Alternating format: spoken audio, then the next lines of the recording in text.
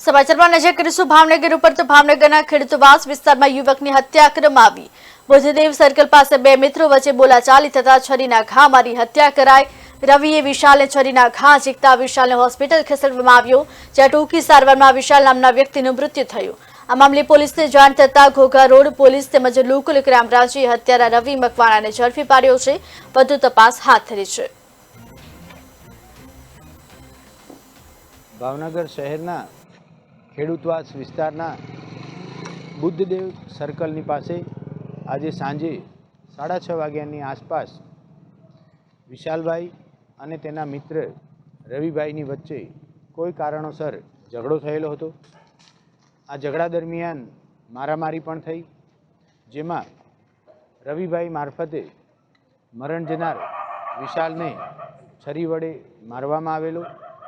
તાત્કાલિક હોસ્પિટલ લઈ જવાતા ટૂંકી સારવાર દરમિયાન વિશાલભાઈનું મૃત્યુ નિપજેલ છે।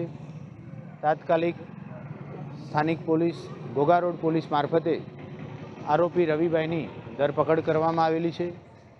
આ સમગ્ર ઝઘડાનું અને મારામારીનું કારણ શું હતું, આરોપી રવિની સાથે અન્ય કોઈ આરોપીઓ હતા કે કેમ, એ સમગ્ર દિશામાં હાલ ઘોઘા રોડ પોલીસ તથા લોકલ ક્રાઇમ બ્રાન્ચ કાર્યરત।